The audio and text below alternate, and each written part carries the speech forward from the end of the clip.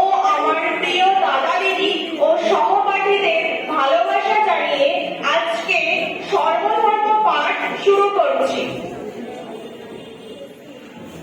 সনাতন ধর্মের একটি পবিত্র ধর্মগ্রন্থ হলো গীতা। গীতা শব্দের অর্থ গান করা। গীতা হলো জীবন যাপনের পথ নির্দেশিকা। সংস্কৃত মহাকাব্য মহাভারতের একটি অংশ হলো গীতা, যেখানে ভগবান শ্রীকৃষ্ণ ও অর্জুনের কথোপকথনের মাধ্যমে জীবন দর্শন, জ্ঞান ও মূল্যবান উপদেশ আলোচিত হয়েছে। গীতা আমাদের শেখায় কর্ম করো, আসক্তি ছাড়ো, আত্মাকে জানো।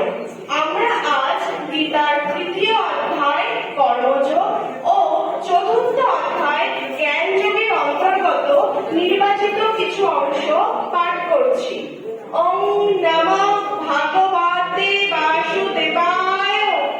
অর্জুন উবাচ জিয়াসি চেত কর্মণস্তে মতা বুদ্ধি জনার্দন তৎ কিং কর্মণি ঘোরে মাম নিয়োজয়সি কেশব।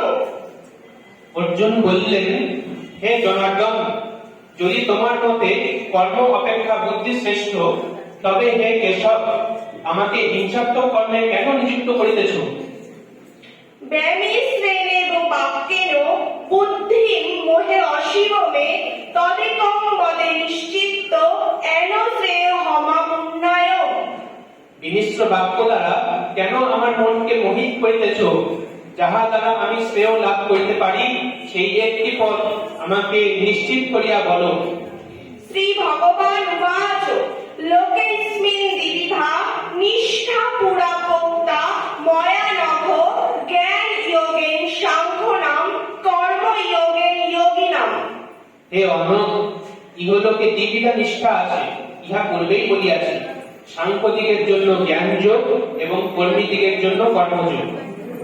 ন কর্মণাম অনারম্ভান নৈষ্কর্মং পুরুষশ্নুতে ন চ স্বর্ণ সনায়েব সিদ্ধিং সমাধিগচ্ছতি।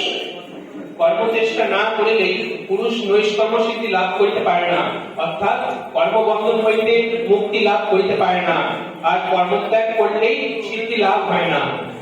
ন হি কশ্চিৎ ক্ষণমপি জাততিষ্ঠত কর্মকৃৎ কার্যে হ্যাবশ কর্ম সর্বপ্রকৃতি জয়ের গুণে। কেহই কখনো ক্ষণকাল কর্ম না করিয়া থাকিতে পারে না, কেননা প্রকৃতির গুণে অবশ হইয়া সকলেই কর্ম করিতে বাধ্য হয়। কর্মে ইন্দ্রিয়াণি সংযম্য য আস্তে মনসা শরণ ইন্দ্রিয়ার্থান বিমূঢ়াত্মা মিথ্যাচার সউচ্যতে। যে ভ্রান্তমতি হস্তপদাদি কর্মেন্দ্রিয় সকল সংযত করিয়া অবস্থিতি করে, অথচ মনে মনে ইন্দ্রিয় বিষয় সকল স্মরণ করে, সে মিথ্যাচারী। যস্তি ইন্দ্রিয়াণি মনসা নিয়মিয়ার্ভাতে অর্জুনা কর্মে ইন্দ্রিয়াণি কর্মযোগম আসক্ত সবিশিষ্যতে। কিন্তু যিনি মনের দ্বারা জ্ঞানেন্দ্রিয় সকল সংযত করিয়া অনাসক্ত হইয়া কর্মেন্দ্রিয়ের দ্বারা কর্মযোগের অনুষ্ঠান আরম্ভ করেন, তিনি শ্রেষ্ঠ। নিয়তম কুরু কর্মতম কর্মজয় অকর্মণ শরীর যাত্রাপি চতে ন প্রসিদ্ধে অকর্মণ। তুমি নিয়ত কর্ম করো, কর্মশূন্যতা অপেক্ষা কর্মশ্রেষ্ঠ। কর্ম না করিলে তোমার দেহযাত্রাও নির্বাহ হইতে পারে না। চতুর্থ অধ্যায় জ্ঞান যোগ, অপ্রাকৃত পারমার্থিক জ্ঞানের স্বরূপ উদ্ঘাটন।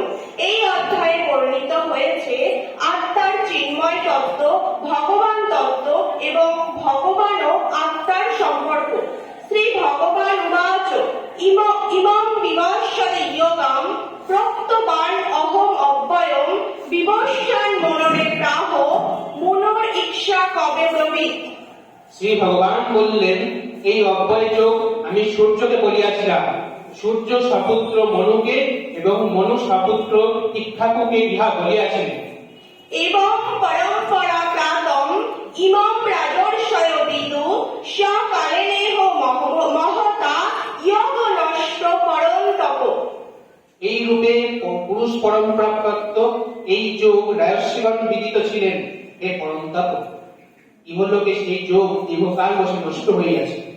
স ইবায়ং ময়া বেদ্য ইয়াগ প্রোক্ত পুরাতন ভক্ত অসি মে সখা চেতি রহস্যম হেতৎ উত্তরম। তুমি আমার ভক্ত ও সখা, এই জন্য সেই পুরাতন যোগ অর্থ তোমাকে বললাম, কারণ ইহা উত্তম গুহ্য তত্ত্ব। বহুনি মে ব্যতীতানি জন্মানিত্যাচার্জুন তান ইয়াম বেদ সর্বাণি ন তং বেত্ত পরন্তপ। শ্রী ভগবান বললেন, হে অর্জুন, আমার এবং তোমার বহু জন্ম অতীত হইয়াছে, আমি সেই সকল জানি। হে পরন্তপ, তুমি জানো না। অজপি স্বর্ণ ব্যাত মা ভূতানাম ঈশ্বর বিশন প্রকৃতিম সম অধিষ্ঠায় সম্ভবম ইয়াদ মায়ায়া। আমি জন্মরহিত, অবিনেশ্বর এবং সর্বভূতের ঈশ্বর হইয়াও স্বীয় প্রকৃতিতে অধিষ্ঠান করিয়া আত্মমায়ায় আবির্ভূত হই। यदा यदा हि धर्मस्य ग्लानिर्भवति भारत अभ्युत्थानम् अधर्मस्य तदात्मानं सृजाम्यहम्। হে ভারত, যখনই যখনই ধর্মের গ্লানি এবং অধর্মের অভ্যুত্থান হয়, আমি সেই সময় নিজেকে সৃষ্টি করি, অর্থাৎ দেহ ধারণ পূর্বক অবতীর্ণ হই।